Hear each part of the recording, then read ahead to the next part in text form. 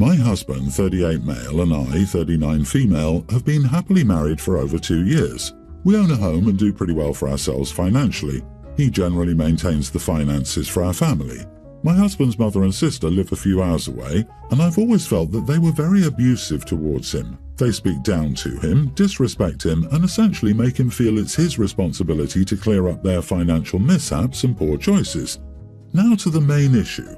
My husband's sister and mother have been renting a home from another family member well under market value, at least $3,000 less than what it would rent for now.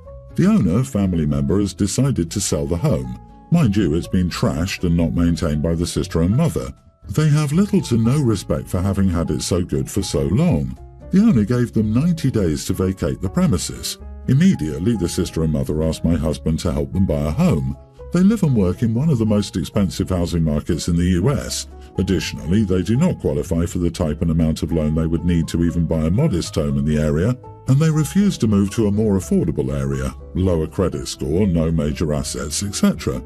After a lot of back and forth, they finally asked my husband to co-sign on a very basic older home that cost $1 million. I immediately told them absolutely not, and I voiced my concerns to my husband. He's usually very level-headed and financially savvy, but I had to be the one to push him and his family for some sort of plan on how this would all work. To go from paying $1,000 a month in rent to well over $6,000 a month on a mortgage, not even including bills, seems questionable at best and a terrible decision at worst. I asked my husband why they couldn't move into a modest apartment and make a plan to buy in a year or two. He didn't have an answer but agreed that they absolutely needed a plan in order for him to engage. Again, after several weeks of back and forth with his family, they had yet to provide any solid plan on how to pay the mortgage bills and avoid default. Who would be responsible for repairs? No idea. Finally, last week, before I left for a work trip, my husband told me he would not be co-signing on the home and that they had done zero planning. I was so relieved and was able to relax on my trip. Well, I returned home at the end of the week and was taking a shower when he walked in and told me he co-signed for the home. To say I was taken aback is an understatement. I went through a range of emotions quickly, but it wasn't until the next morning that what he had done had really hit me. He made a risky investment with people who don't respect him and did it behind my back after assuring me he wouldn't. He kept telling me I was safe from any potential impact, but I didn't understand how that could be. I asked him to walk me through the conversation, the plans, and any assurance that our own assets were safe. He couldn't. Then he dared to tell me, "At least I decided to tell you." That is when I lost it. I felt betrayed and disrespected. I cried and screamed and told him how could he not see how they used him. I told him I was questioning his integrity and our relationship. We're also in the midst of the IVF process, and it's been extremely hard on me and my body. I told him I didn't think he deserved to be the father of my children, and if we did have children, his family would have limited contact and not be allowed around my children. There are other instances of how they've treated me disrespectfully that I have even distanced myself from them. That's also another reason why my husband decided for us to move away from them. Back to the subject. At first he was remorseful, but then he got defensive of his family, even though I and many others have tried to show him how abusive they are. I told him if he wanted any chance of making our relationship right, he was to immediately work with his mother and sister to write a contract that he had majority ownership in the home so that if they continued to make poor decisions and default, he could sell the house. To no one's surprise, his family wouldn't agree to these terms because they believe living there is enough to solidify it's theirs. For the last 3 days, I've asked over and over again why he made this drastic decision without a plan. My friends agree that this is a divorce-worthy offence, but the reality is besides this, we have a wonderful life together and I love him dearly. So, am I the idiot for calling my husband stupid and threatening divorce over co-signing the loan? Not the idiot. He has just committed you and your family, consisting right now of you and your husband, to $1 million debt in an asset he has absolutely no ownership stake in. That is not an investment. It's assuming the responsibility of paying for their house. It's grossly irresponsible on his part, and here is the worst part. Your husband has incurred a debt. In many states, debt is a community property. Honey, listen, if your husband dropped dead tomorrow, you would still be on the hook for that mortgage. This was a historically bad decision on his part. You need to contact an attorney to protect yourself. to say absolutely nothing of any community property assets you and your husband own. In the event of a divorce, barring an incredibly generous act from your husband, your combined net worth will effectively decline by $1 million unless he accepts full and unconditional responsibility for the debt during divorce proceedings. He royally forked you both with this. My goodness, she needs at least $1 million life insurance policy on him. That's not a joke. She needs to do that immediately, like as in within the next few days. Divorce takes time. She could face massive issues if he died before they get divorced. OP should probably go with $2 million insurance minimum. He has shown you to be irresponsible. What happens if you have college funds for your kids and his family feels entitled? I'm so sorry you had trouble conceiving, but I'm glad a kid doesn't tie you to this mess. If you stay married to him, you'll be on the hook when it comes apart. Not if, when it goes wrong. His mother and sister can't afford this place. They never intended to be able to afford this place. They know they can talk him into bailing them off again when they inevitably stop paying. I divorce his butt and make sure he owns that disaster 100%. So I, male 23, recently had a significant argument with my wife, 25. The background, my wife and I got married last year, and just over a week ago we became parents to a beautiful little girl. She comes from a single-parent family and was raised without any siblings by her mother. They're very close and my mother-in-law and I get along well. On the other hand, I come from a large family with 5 siblings and my parents raised me.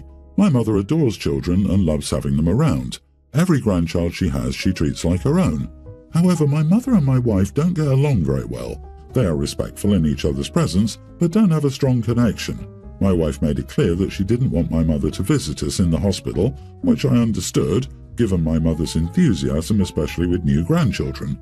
I thought it was fair since my wife was the one going through the hard work, and I was there to support her, not make demands. Here's where things got complicated. The delivery was painful and had several complications, lasting over 40 hours. My wife was exhausted afterward and was given medication to help her sleep. She was deeply asleep. During this time, I received a text from my mother, who lives nearby, asking how it went and if she could visit. I agreed, but suggested we meet in the hospital visiting area since my wife was resting. I took my daughter and met up with my mother, and they stayed for about 30 minutes before leaving. When I returned to the room with my daughter, my wife had woken up and asked where we'd been. I explained and she fell silent. Last night, her mother, my mother-in-law, arrived after travelling a considerable distance. The argument ensued, with my wife considering me inconsiderate for allowing my mother to see our daughter first. She wanted her mother to be the first to see our child and didn't want my mother to visit the hospital. I found this unreasonable, as I'd ensured my mother didn't meet my wife. The argument got heated, and although we made up, tension still lingered. Am I the idiot here? Come on, you know you are the idiot. How could you not be? You do know you're married to your wife, not your mom, right? Right? And your wife is the child's mom, not your mother, even though she treats all her grandchildren like they are hers. While the new mom was unconscious, she woke up in an empty room with no baby or husband. This is some next-level betrayal. 40 hours of labour and you steal my baby while I'm drugged up sleeping? What is wrong with him, and what is wrong with his mother? Mrs. I have 6 grandkids and I'm the grandparent of the year? If he doesn't know better, she certainly should have. Does he think things will improve now? If I had a rocky relationship with my daughter-in-law, who had a traumatic birth and knew she didn't want me there, I would stay away from the hospital. I would abide by the new mother's rules and ensure she had a great first visit with her mom. Over time, I would do my best to create a stronger bond for my grandchild. What the heck? Who does this? Honestly, I'm more furious about him bringing a brand new baby into the waiting room around God knows what germs. But yeah, OP, you are the idiot for disrespecting your wife, and you deserve whatever's coming. It's a really good thing that you're close to your mom. I feel like you'll be living with her again real soon. You just showed your wife who the most important person is to you, and it wasn't her. It was my 24 female boyfriend's 24 male sister's 27th birthday this past weekend. My boyfriend told me about his plan with his brother, 29 I think, to push their sister's face into the birthday cake during the cake cutting. I asked him if this was a tradition in their family, and he said no, they just wanted to screw with her in a fun way on her birthday. I told him that he should at least tell his sister they would do it, and he said that would be no fun since she wouldn't even agree. I kept telling him not to do it then, but he told me it would be fine. I decided to tell my boyfriend's sister about it ahead of time so that she could duck if she needed to or something. She told me thanks for letting her know. Anyway, my boyfriend and I went to her party yesterday, and my boyfriend and his brother were right next to their sister during the cake cutting. I saw their hands behind her head as she was bending down to blow out the candles. Out of nowhere, it was like she had eyes at the back of her head or something, lol. She quickly got back up and maneuvered, and I guess somehow she pushed the older brother's, the 29-year-old, face into the cake after he seemed to try to do it to her. It was pretty funny at the time since everybody but my boyfriend and his brother were laughing. Before we left the party, my boyfriend asked me if I tipped his sister off before the cake cutting, and I admitted it and told him I had to since it would be wrong to humiliate her on her birthday without her consent. My boyfriend was a bit upset, but he said he wasn't that upset, since his sister ended up pushing their other brother's face into the cake instead and not his. Am I the idiot? Not the idiot, you are the best. That was a great thing to do for the sister. On the other hand, your boyfriend's rationale that you were being mean to him is okay because only his brother got cake-faced is terrible. Very bad. Your boyfriend wanted to do something unpleasant. He was thwarted in a really funny way. Everybody at the party was laughing, except for him and his brother because they wanted everybody to laugh at his sister. He's got a mean streak at the very least. He was okay since it wasn't his face, so why would his sister be okay with it being her face? This is red flag behaviour. This is a man who thinks it's funny to humiliate women. So just remember how he thinks it was a funny idea if you ever marry him. You will be wearing your wedding cake as a joke. My girlfriend makes a lot of money, around $130,000 as a software engineer. I'm also in tech, but as a C++ gaming developer, I only make $75,000. I'm considering switching now since the gaming industry takes advantage of us. She's cheap and her family isn't poor by any means. They have multiple rental properties. She has 2 properties herself, one we live in and split expenses, and a duplex she rents out. I do get lower than market rent, which I appreciate, and with a cat, it's hard to find places to begin with. But other than that, she's really cheap. She had a 180,000-mile car that had broken down twice, and the mechanic and I have both told her to replace it. She finally did when it broke on the highway, and she got a $14,000 car and was sad her savings went down. She could buy a Lambo in cash without trouble, but she's so cheap. She saw a $23,000 car that she liked a lot more, but chose the cheaper one instead. She doesn't eat dinner often to save money. Intermittent fasting is now a thing, but she's been doing it since college to save money. She's remained trim, which is rare with a desk job, but she does it purely to save money. She never eats out and will bring a Tupperware to lunch and then fast until breakfast, which is always oatmeal and a banana. I've lost weight living with her, but man, is it boring. I've tried to take her out, but when I do, I have to snatch the bill away so she doesn't see it. If she does, she'd probably faint, especially with today's prices.